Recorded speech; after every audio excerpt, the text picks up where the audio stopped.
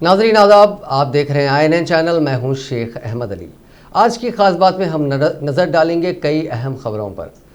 पिछली 2 दहाइयों में हैदराबाद ने बेमिसाल तरक्की की है। IT के शोबे में शहर ने नुमाया मकाम हासिल कर लिया है।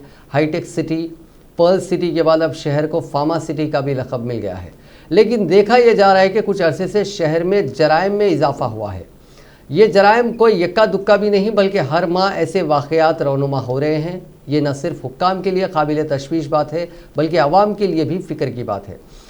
ऐसे जराइम, कत्ल, मारपीट और गुंडागर्दी के वाक़यात देखने में आ रहे हैं जो माजी में कभी नहीं देखे गए थे। ख़ास तौर पर हैदराबाद शहर में ऐसे वाक़यात समाजी ताने बाने में तब्दीली का वाज़ेह सबूत देते हैं। दिन दहाड़े कत्ल के वाक़यात में इजाफा देखा जा रहा है। हुकूमत भले ही शहर को एक आलमी नौइयत का बताने के लिए तमाम कोशिशें कर रही हैं, लेकिन अंदरूनी हालात पर इसका काबू नज़र नहीं आता। कहने को तो साइबराबाद, हैदराबाद साइबर क्राइम और दीगर महकमे काम कर रहे हैं, लेकिन कत्ल के वाक़यात पर रोकथाम में हुकूमत कामयाब नहीं हो पाई है। ये भी देखा गया है कि लॉकडाउन के दौरान भी ऐसे जराइम सामने आए जिन्होंने शहर के विखार को नुकसान पहुँचाया। वैसे भी लॉकडाउन के दौरान घरेलू तशद्दुद के वाक़यात में भी इजाफा हुआ, जो कि एक आलमी मसला था। ताहम शहर में लॉकडाउन से जुड़े जराइम भी देखे गए। लॉकडाउन के नतीजे में क़र्ज़ में मुब्तला अफराद के कत्ल और तशद्दुद के वाक़यात भी पेश आए। कोरोना वबा के दौरान ये एक इंतहाई अफसोसनाक सूरत हाल थी, लेकिन लगता है कि लॉकडाउन से जुड़े जराइम का सिलसिला अभी रुका नहीं है। दूसरी जानिब कत्ल के वाक़यात का ताल्लुक़ अक्सर क़र्ज़ या ख़ानदानी मसाइल से जुड़ा हुआ है। चंद दिन कबल ही एक शख्स ने अपने दामाद को कत्ल कर दिया, जबकि इससे पहले एक और शख्स को उसके साथियों ने कत्ल कर दिया। हैदराबाद में ऐसे वाक़यात की तादाद पिछले चंद बरसों में बढ़ गई है। उसका अफसोसनाक पहलू यह है कि और दूसरी अहम बात यह है कि इन वाक़यात पर अवाम का कोई गंभीर रद्द-ए-अमल भी नहीं है, और यही बात ज़्यादा ख़तरनाक है। इन जराइम को देखने के कई पहलू हो सकते हैं।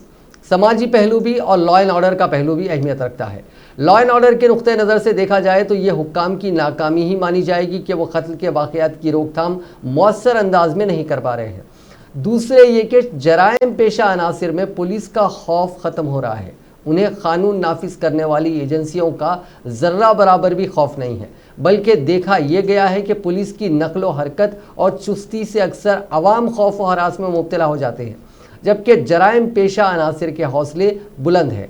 हुकूमत ने जराइम पर नज़र रखने और निगरानी बढ़ाने के लिए शहर के कोने कोने में CCTV का जाल बिछाया है, लेकिन जराइम है कि जारी हैं। दूसरी जानिब समाजी पहलू यह है कि कई ऐसी तंजीमें शहर में काम कर रही हैं जो समाज सुधार, शऊर बेदारी, अखलाकी मुहिम वगैरह चलाती हैं, लेकिन पता नहीं उनका असर एक बड़ी तादाद पर नहीं होता।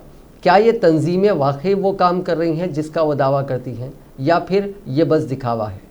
फिर शहर में दीनी मदरसों का भी जाल है। दर्जनों दीनी मदरसे कायम हैं। यहाँ पर दीन की तालीम दी जा रही है। लोग हदीस, कुरान और दीगर मुताल्लिका उलूम हासिल कर रहे हैं, लेकिन समाज में इससे कोई तब्दीली दिखाई नहीं देती।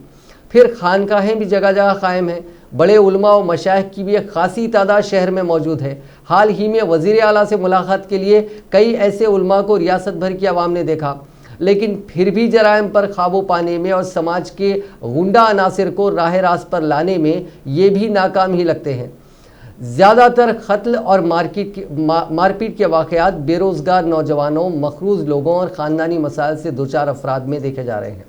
इस तरह ये बेरोज़गारी से भी जुड़ा हुआ मसला है।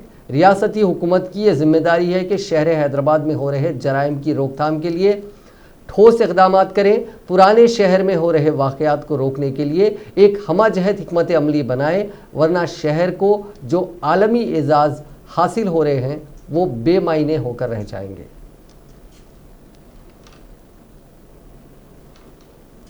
अहम अपोजिशन पार्टी कांग्रेस की क़यादत में आज मुतअद्दिद अपोजिशन पार्टियों के अरकान ने किसान मुखालिफ और मजदूर मुखालिफ बिलों के खिलाफ पार्लियामेंट हाउस अहाते में गांधी जी के मुजस्समे से अम्बेडकर जी के मुजस्समे तक मार्च निकाला।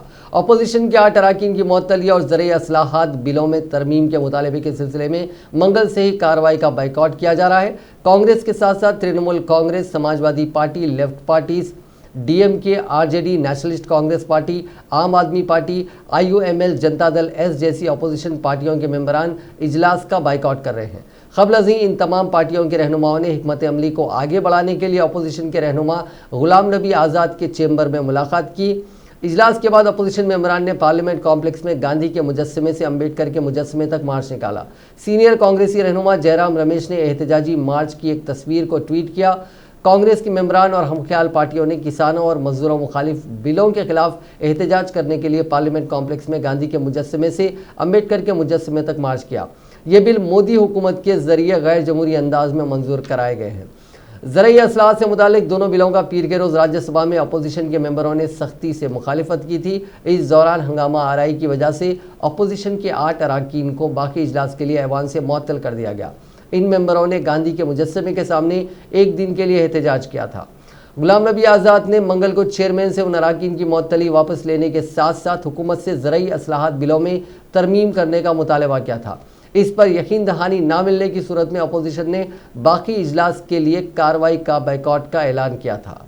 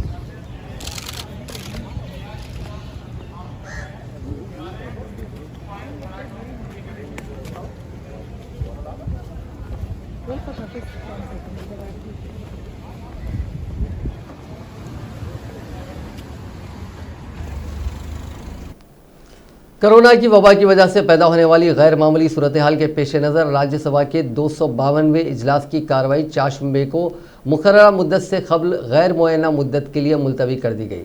राज्यसभा के चेयरमैन एम वेंकैया नायडू ने मानसून इजलास की कार्रवाई गैर मुअय्यना मुद्दत तक मुलतवी करने से कबल अपने इख्तितामी बयान में कहा कि कोरोना की वबा की वजह से पैदा होने वाले गैर मामूली हालात के पेश नज़र ऐवान की कार्रवाई मुतय्यना मुद्दत यानी 1 अक्टूबर से पहले आज ही मुलतवी की जा रही है। सेशन का आगाज़ 14 सितंबर को खुसूसी हिफाजत और सेहत से मुताल्लिक़ एहतियाती तदाबीर के साथ किया गया था।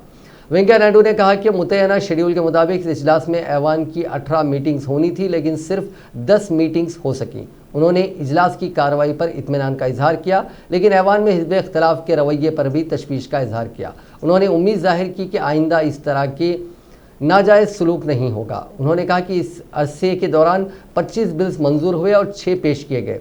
वक्फा सिफर के दौरान 92 और खुसूसी मामलात के तहत 62 सवालात उठाए गए। इसके अलावा वज़ीर दिफा ने चीन की सरहद पर सूरत हाल और वज़ीर सेहत और ख़ानदानी बहबूद के वज़ीर डॉक्टर हर्षवर्धन को कोरोना वबा के हवाले से एक बयान दिया।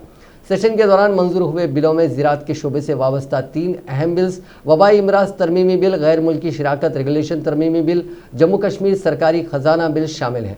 नायडू ने कहा कि इस सेशन के दौरान 104% काम हुआ। उन्होंने कहा कि इस अरसे के दौरान मुख्तलिफ उमूर में खलल पैदा होने की वजह से ऐवान के कामकाज में 3 घंटे का नुकसान हुआ, जबकि ऐवान ने 3 घंटे 26 मिनट तक बैठ कर काम किया।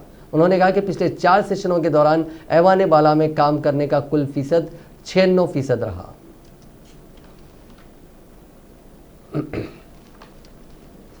राज्यसभा ने 4 शुबे के रोज़ हिज़्ब इख्तिलाफ के मेंबरों की अदम मौजूदगी में गैर मुल्की इमदाद चंदा रेगुलेशन तरमीमी बिल 2020 पास कर दिया, जिसमें NGOs के गैर मुल्की चंदों को मुनज़्ज़म करने का इल्तिज़ाम किया गया है। लोकसभा ने इस हफ्ते के शुरू में बिल को मंजूर किया था। इस तरह इस बिल पर पार्लियामेंट की मोहर लग गई है। वज़ीर ममलिकत बराए दाखिला नित्यानंद राय ने बिल पेश किया। इस पर मुख्तसर मबाहिसे के जवाब में राय ने कहा कि सुप्रीम कोर्ट के हुक्म के मुताबिक ही आधार से मुंसलिक तरमीम की गई। उन्होंने कहा कि हमारा मकसद ये है कि कोई भी तंजीम हमारी कौमी सलामती में खलल ना डाले और इसमें कोई ख़तरा पैदा ना हो। जिस मकसद के लिए तंजीम को पैसा मिला है उसी के लिए इस्तेमाल होना चाहिए। अगर कोई तंजीम कानून के मुताबिक काम नहीं करती है तो फिर इस मामले में इसको नोटिस देते हैं, उनका मौक़िफ़ सुनते हैं और फिर ज़रूरी हुआ तो कानून के मुताबिक कार्रवाई करते हैं। बिल में ये तजवीज़ पेश की गई है कि किसी भी गैर सरकारी तंजीम के ओहदेदार के लिए FCRA लाइसेंस के इंदराज के लिए आधार नंबर फराहम करना लाजमी होगा, जबकि सरकारी मुलाजमीन को बैरून मुल्क से रकम वसूल करने पर पाबंदी आयद होगी। इस बिल में मरकज़ी हुकूमत को किसी गैर सरकारी तंजीम या इदारे को गैर मुल्की इमदाद रेगुलेशन एक्ट यानी FCRA सर्टिफिकेट सरेंडर करने की इजाज़त देने की तजवीज़ पेश की गई है। इसमें मजमूई गैर मुल्की चंदे में से 20% से ज़्यादा इंतज़ामी अखराजात पर खर्च ना करने का इल्ज़ाम है, जबकि फ़िलहाल ये हद 50% है।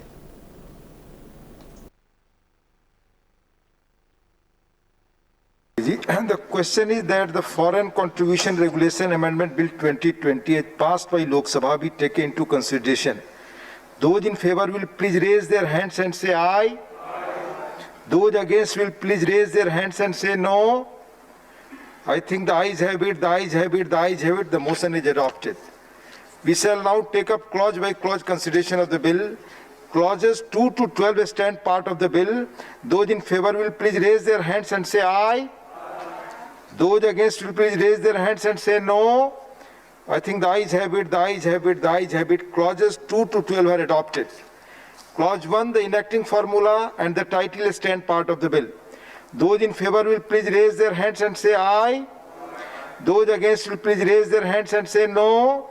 I think the ayes have it, the ayes have it, the ayes have it. Clause 1, the enacting formula and the title are adopted. Shri Nityanand Rai to move that bill be passed. महोदय, मैं प्रस्ताव करता हूं कि विधेयक पारित किया जाए। Motion moved that the bill be passed. The question is that the bill be passed. Those in favor will please raise their hands and say aye. Those against will please raise their hands and say no. I think the ayes have it, the ayes have it, the ayes have it. The bill is passed. It was passed unanimously while mentioning. That has to be examined in the process. In the proceedings. ये process में check होगा, क्योंकि process में check करके तभी इस पे कुछ कर सकते। बहुजन समाज पार्टी की सदर मायावती ने पार्लियामेंट में हुकूमत और अपोजिशन के काम करने के अंदाज पर तनकीद करते हुए 4 शुबे को कहा कि यह जमहूरियत को शर्मसार करने वाला है। मायावती ने एक ट्वीट में कहा कि पार्लियामेंट के मौजूदा इजलास में हुकूमत और अपोजिशन का बर्ताव और काम करने का तरीके से पार्लियामेंट की शान और आइन का विखार तार तार हुआ। बीएसपी रहनुमा ने कहा कि वैसे तो पार्लियामेंट जमहूरियत का मंदिर ही कहलाता है, फिर भी इसके विखार को कई बार तार तार किया गया। हालिया पार्लियामेंट इजलास के दौरान भी ऐवान में हुकूमत के काम करने के तरीके और अपोजिशन का जो बर्ताव देखने को मिला है वो पार्लियामेंट के विखार, आइन की शान और जमहूरियत को शर्मसार करने वाला है। बेहद अफसोस। जम्मू कश्मीर के हवाले से अक़वाम मुत्तहिदा की जनरल असम्बली में तुर्की के सदर रजब तैयब अर्दगान के बयान पर अक़वाम मुत्तहिदा में हिंदुस्तान के मुस्तकिल नुमाइंदे TS त्रिमूर्ति ने सख्त एहतजाज करते हुए कहा कि तुर्की को दूसरे ममालिक की खुद मुख्तारी का एहतराम करना सीखना चाहिए। त्रिमूर्ति ने ट्वीट किया कि हमने मरकज़ के ज़ेर कंट्रोल रियासत जम्मू कश्मीर के हवाले से तुर्की के सदर के बयान को पढ़ा है और उनका हिंदुस्तान के अंदरूनी मामलात में मुदाखलत ख़तई तौर पर नाकाबिल कबूल है। तुर्की को दूसरे ममालिक की खुद मुख्तारी का एहतराम करना सीखना चाहिए और अपनी पॉलिसियों पर गौर करना चाहिए। ख्याल रहे कि तुर्की सदर रजब तैयब अर्दगान ने अक़वाम मुत्तहिदा की जनरल असम्बली से कश्मीर पर एक बार फिर कहा कि मसले कश्मीर एक सुलगता हुआ मसला है और जम्मू कश्मीर को खुसूसी रियासत का दर्जा देने वाले आर्टिकल 370 के खात्मे के बाद मसला और भी संगीन हो गया है। CAA और NRC के खिलाफ दुनिया भर में सबसे तवील और पुरअमन एहतजाज की अलामत बन चुके शाहीन बाग की दबंग दादियों में से एक बिल्किस, जिनकी उम्र 82 साल है, वो दुनिया की 100 सबसे ज़्यादा बासर शख्सियात में शामिल हो गई हैं। टाइम मैगजीन की जारी करदा ताज़ा फेरिस्त में उन्हें आइकन ज़मरे में जगह दी गई है। बिल्किस उन हज़ारों एहतजाजकारों में से एक थी जो दिल्ली के जामिया नगर वाक़ शाहीन बाग में शहरियत तरमीमी क़ानून के ख़िलाफ़ महीनों बैठी रहीं। उनके बारे में मारूफ खातून सहाफ़ी राना अयूब ने लिखा कि बिल्किस को मशहूर होना चाहिए ताकि दुनिया तानाशाही के ख़िलाफ़ जद्दोजहद की ताकत का एहसास करे। इस फहरिस्त में वज़ीर आज़म नरेंद्र मोदी का नाम भी शामिल है। टाइम मैगजीन की फहरिस्त में अदाकार आयुष्मान खुराना, हिंद निसाद अमरीकी रहनुमा कमला हैरिस को भी शामिल किया गया है। इसके अलावा मैगजीन की फहरिस्त में अमेरिकी सदर डोनाल्ड ट्रंप, जो बाइडन और एंजेला मर्कल जैसे बड़े बड़े रहनुमाओं को भी शामिल किया गया है। 82 साल की बिल्किस बानो शाहीन बाग की दादी के नाम से भी जानी जाती हैं। उन्होंने शहरियत तरमीमी कानून के खिलाफ दिल्ली के शाहीन बाग मुजाहरे में बैठकर सबकी तवज्जो अपनी जानिब खींच ली थी। वो मुजाहिरीन में एक जाना पहचाना चेहरा थी। लोग उनकी तारीफ कर रहे थे कि इस उम्र में भी वो किसी चीज़ के खिलाफ आवाज़ उठाने में पीछे नहीं हटी। टाइम मैगजीन की तरफ से फहरिस्त जारी होने के बाद ट्विटर पर शाहीन बाग ट्रेंड करने लगा। सारिफीन ने लिखा कि इस उम्र में बिल्किस के जद्दोजहद का जज्बा काबिले सताइश है।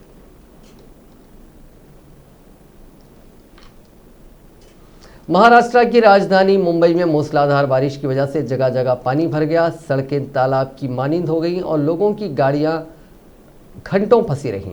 महकमे मौसमियात ने कहा कि चारशंबे के रोज़ मुंबई में तेज़ बारिश हो सकती है। महकमे मौसमियात ने अबर आलूद और तेज़ बारिश की पेशकयासी की थी।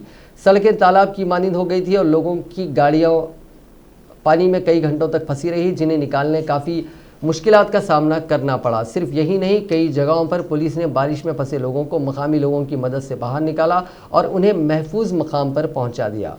मुंबई में मूसलाधार बारिश ने ट्रेनों की आमद और रफ्त को भी मुतासिर किया। बस और रेल खिदमात को फौरी तौर पर रोक दिया गया था, जबकि तेज़ बारिश की वजह से एक तरफ जहां ट्रेन नहीं आ रही थी, उसकी वजह से बहुत से लोग स्टेशन पर ही फंसे हुए थे।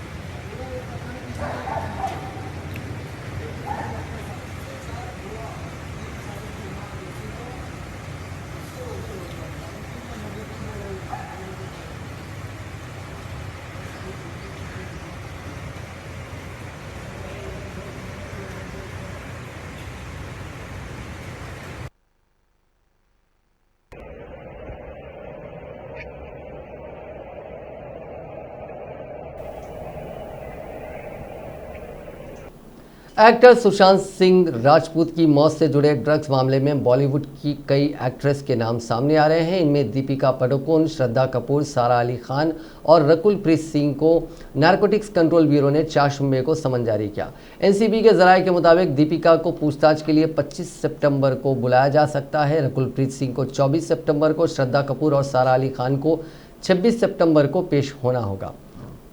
दीपिका पादुकोण और उनकी मैनेजर करिश्मा प्रकाश के बीच 28 अक्टूबर 2017 को व्हाट्सएप पर हुई बातचीत सामने आई थी। इसमें दीपिका हैश और वीड जैसे अल्फाज का इस्तेमाल कर रही थी। इन बैन ड्रग्स से जुड़ी जबान में हैश का इस्तेमाल हशीश के लिए होता है। मीडिया रिपोर्ट्स में दावा किया गया है कि रिया ने श्रद्धा, सारा, रकुल और फैशन डिज़ाइनर सिमोन खम्बाटा समेत बॉलीवुड के 25 सेलिब्रिटीज़ के नाम एनसीबी को बताए थे। इस वजह से श्रद्धा, सारा, रकुल प्रीत सिंह को भी एनसीबी ने समन जारी किया। उधर ड्रग्स मामले में गिरफ्तार रिया चक्रवर्ती ने बॉम्बे हाईकोर्ट में जमानत की अर्जी लगाई थी। सुनवाई के लिए आज का दिन तय हुआ था, लेकिन आज सुनवाई नहीं हो पाई क्योंकि मुंबई में तेज बारिश के चलते सड़कों पर पानी जमा हो गया था। ऐसे में हाईकोर्ट में छुट्टी कर दी गई। रिया के वकील सतीश मान शिंदे ने बताया कि अब जुमेरात के रोज इस पर सुनवाई होगी। अब बात करते हैं कोरोना वायरस की। दुनिया में कोरोना से मुतासिर अफराद का आंकड़ा आज 3,18,61,309 हो गया। ठीक होने वाले मरीजों की तादाद 2,34,59,886 से ज़्यादा हो चुकी है। अब तक 9,76,723 अमवात हो चुकी हैं। रूस कोरोना की दूसरी वैक्सीन 15 अक्टूबर तक तैयार कर सकता है। इस वैक्सीन को साइबेरिया के वेक्टर इंस्टीट्यूट ने तैयार किया है। बीते हफ्ते ही इसकी ह्यूमन ट्रायल का शुरुआती मरहला पूरा किया गया। रूस की एक न्यूज़ एजेंसी ने वहां की एक कंज्यूमर सेफ्टी वॉचडॉग के हवाले से ये जानकारी दी है। रूस में अब तक 11,15,810 अफराद मुतासिर हुए हैं, जबकि 19,649 अफराद की मौत हो चुकी है। बीते 10 दिनों से यहां हर दिन 5,000 से ज़्यादा नए मामले सामने आ रहे हैं। हालांकि सरकार ने दावा किया है कि साल के आखिर तक कोरोना वैक्सीन स्पुतनिक वी आम लोगों के लिए इस्तेमाल में लाई जा सकेगी। इस वैक्सीन को रूस के गामेलिया रिसर्च सेंटर में तैयार किया गया है। दुनिया के दूसरे मुल्कों में करीब 40,000 लोगों पर इसका ह्यूमन ट्रायल हो चुका है। हिंदुस्तान में लगातार 5वें दिन कोरोना से शिफायाब होने वाले मरीजों की तादाद नए केसेस की तादाद से कहीं ज़्यादा है। मुल्क में गुज़िश्ता 24 घंटों के दौरान करीब 90,000 केसेस रिपोर्ट हुए हैं और माफ़ कीजिएगा, करीब 90,000 लोगों ने इस वबा को शिकस्त दी है, जिसके नतीजे में एक्टिव केसेस में मज़ीद कमी आई है। मरकज़ी वजारत सेहत और ख़ानदानी बहबूद की जानिब से चारशंबे के रोज़ जारी करदा ताज़ा तरीन आदाद शुमार के मुताबिक गुज़िश्ता 24 घंटों के दौरान 89,746 कोरोना मरीज शिफायाब हुए हैं, जिससे सेहतमंद होने वाले मरीज़ों की मजमूई तादाद 45,87,614 हो गई है। इससे कबल हफ्ते के रोज़ 95,880, इतवार को 54,612, पीर को 93,356 और मंगल को 1,01,468 कोरोना मरीज शिफायाब हुए थे। गुज़िश्ता 24 घंटों के दौरान वायरस के नए केसेस के मुकाबले में सेहतमंद होने वालों की तादाद ज़्यादा होने से एक्टिव केसेस की तादाद 7,484 कम हो चुकी है और अब ये घटकर 9,68,377 रह गई है। एक्टिव केसेस में हफ्ते को 3,790 की कमी आई थी। गुज़िश्ता 24 घंटों के दौरान मुल्क में कोरोना वायरस के 83,347 नए केसेस रिपोर्ट हुए हैं, जिससे मुतासरीन की मजमूई तादाद 56,46,011 हो गई है। इसी अरसे के दौरान मुल्क में 1,085 मरीजों की मौत हो गई, जिससे हलाक शुदगान की मजमूई तादाद 90,000 से तजावुज़ करके 90,020 हो चुकी है। तेलंगाना में कोविड-19 के नए मुस्बित मामला दर्ज किए गए हैं। इनकी तादाद 2,296 है, जिसके बाद रियासत में इस वबा के मामलात की तादाद 1,77,070 तक जा पहुंची है। बहैसियत मजमूई अमवात की तादाद 1,062 हो गई, क्योंकि गुज़िश्ता 24 घंटों के दौरान 10 मजीद मरीजों की मौत वाक़ई हुई है। पीर और मंगल के दरमियान 2,062 अफराद रूबे सेहत हुए, जिसके बाद रियासत में इस मोजी मर्ज से रूबे सेहत होने वालों की तादाद 1,46,135 हो गई है। गुज़िश्ता 24 घंटों के दौरान 55,892 नमूनों की जांच की गई, जिनमें 1,388 रिपोर्ट्स का इंतज़ार है। GHMC में सबसे ज़्यादा 321 मुस्बित मामला दर्ज किए गए, जबकि दीगर अजला में 100 से ज़ायद मामला दर्ज किए गए हैं। उनमें ज़िला रंगारेड्डी में 217, मेडचल मलकाजगिरी में 173, नलगुंडा में 155 और करीमनगर में 136 नए मामला दर्ज किए गए हैं। बकिया मामला रियासत के दीगर अजला में दर्ज किए गए हैं।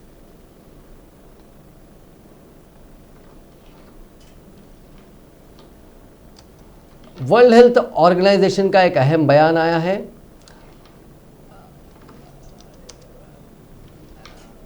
वर्ल्ड हेल्थ ऑर्गेनाइजेशन के सरबराह टेड्रोस एडहैनोम ने कहा है कि आलमी सेहत तंजीम के पास इस बात की कोई जमानत नहीं है कि कोरोना वायरस वबा के लिए तैयार किए जा रहे टीकों यानी वैक्सीन में से कोई काम करेगा या नहीं।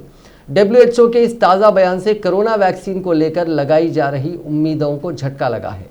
टेड्रोस गैब्रियेसस ने यह बात मंगल को वर्चुअल प्रेस कॉन्फ्रेंस में कही। उन्होंने कहा कि इस बात की भी कोई ज़मानत नहीं है कि तैयारी के मरहले से गुजरने के दौरान भी कोई टीका काम करेगा।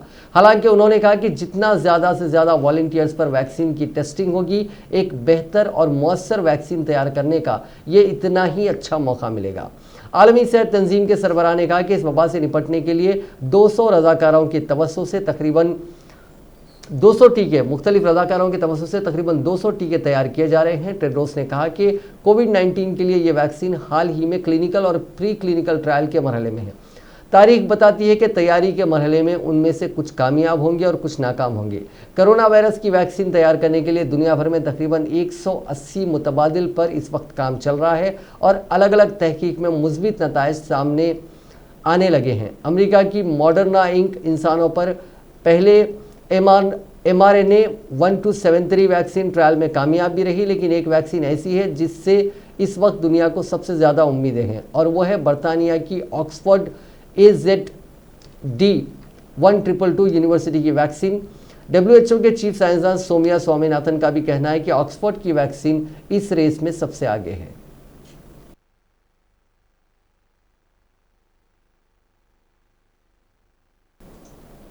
उत्तर प्रदेश की राजधानी लखनऊ में प्राइवेट हॉस्पिटल की बड़ी लापरवाही सामने आई है, जिसका खुमियाजा मरीजों को जान देकर चुकाना पड़ा। दरअसल राजधानी के 4 अलग अलग हॉस्पिटल में 4 दर्जन कोरोना इन्फेक्शन के मरीज दाखिल किए गए। सभी प्राइवेट हॉस्पिटल्स की लापरवाही और कारकुनों की वजह से सभी 48 मरीजों की मौत हो गई। अफसरान के मुताबिक शहर के 4 प्राइवेट हॉस्पिटल से कल कुल 48 कोरोना इन्फेक्शन रिफर और दाखिल किए गए थे। अस्पतालों में वक्त पर मरीजों की जांच नहीं की गई और सभी मरीज कोरोना से मुतासिर पाए गए। इलाज के दौरान सभी की मौत हो गई। इस पर डीएम ने चारों प्राइवेट हॉस्पिटल्स को नोटिस जारी कर आज सुबह 10 बजे तक तस्दीकनामा मांगा था। जब अस्पतालों की इतनी बड़ी लापरवाही के बारे में सवाल किया गया तो लखनऊ के जिला अफसर अभिषेक प्रकाश ने बताया कि सभी हॉस्पिटल्स को नोटिस जारी करके जवाब मांगा गया है। ये बहुत ताज्जुब खेज बात है कि सभी कोरोना मरीजों की मौत तब हो गई जब मुल्क कोरोना मुतासरीन के सेहतमंद होने की शरह बढ़ रही है। इसमें लापरवाही बरतने वाले प्राइवेट हॉस्पिटल्स के खिलाफ एपिडेमिक एक्ट के तहत सख्त कार्रवाई होगी। कोरोना के दौर में मास्क को लेकर सबसे ज्यादा जो मशहूर हुए हैं वो मध्य प्रदेश के वजीर दाखिला नरोत्तम मिश्रा। मास्क को लेकर मीडिया में सुर्खियों में आने वाले वजीर दाखिला ने एक बार फिर मास्क ना पहनने के बारे में एक अहमकाना बयान दिया है। सबसे बड़ी बात यह है कि यह बयान ऐसे वक्त में और एक ऐसे शहर में दिया गया जहां रियासत में कोरोना वायरस तेजी से अपने पैर फैला रहा है। वहीं मास्क ना पहनने वाले हर शख्स पर मौके पर ही 100 रुपये का जुर्माना लगाया जा रहा है। लेकिन वजीर दाखिला की बहादुरी तो देखें कि मीडिया के सवालात के जवाब देते हुए उन्होंने ये बयान इंतहाई ठाठ से दिया। दरअसल जब मीडिया ने इंदौर के रविंद्रनाथ होम में संबल योजना के प्रोग्राम में शिरकत के लिए आने वाले वजीर दाखिला से सवाल किया तो उन्होंने साफ कहा कि मैं मास्क पहनता ही नहीं, मैं किसी भी जगह प्रोग्राम में मास्क नहीं पहनता, मैं हर जगह ऐसे ही बगैर मास्क के जाता हूँ। वहीं इस दौरान उन्होंने साबिक वजीर आला कमलनाथ को निशाना बनाया और कहा कि 15 महीने कांग्रेस की हुकूमत रही, कमलनाथ वजीर आला रहे, उन्होंने गरीबों के दर्द और परेशानी को समझा ही नहीं। इनके इस बयान को उतनी अहमियत नहीं मिली जितना कि उनके उस बयान को अहमियत मिली जिसमें उन्होंने बड़ी ही शान से कहा कि वो मास्क पहनते ही नहीं। आइए सुनते हैं वही बयान।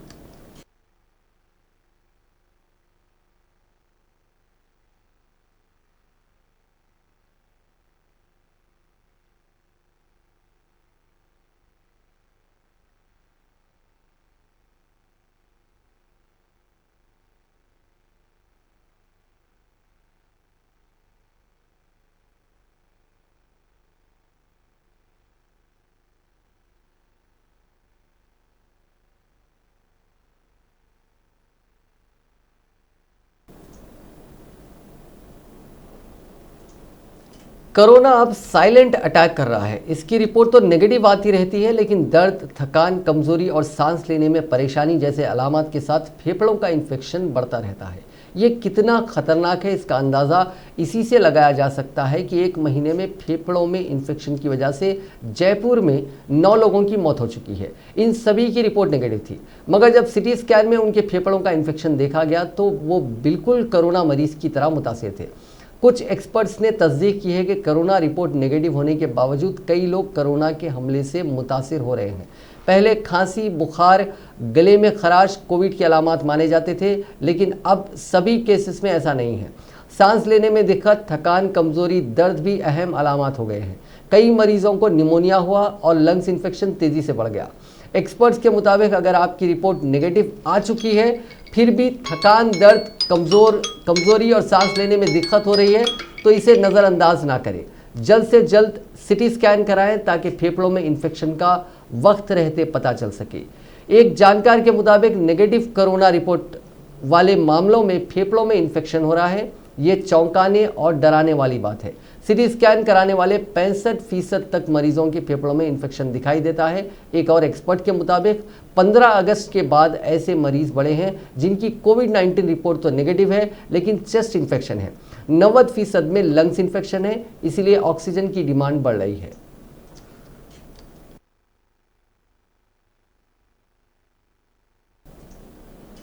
नाजरीन, आज की खास बात में बस इतना ही। आपसे कल मुलाकात होगी नई खबरों के साथ, नए एनालिसिस के साथ। फिलहाल दीजिए इजाज़त। खुदा हाफिज़।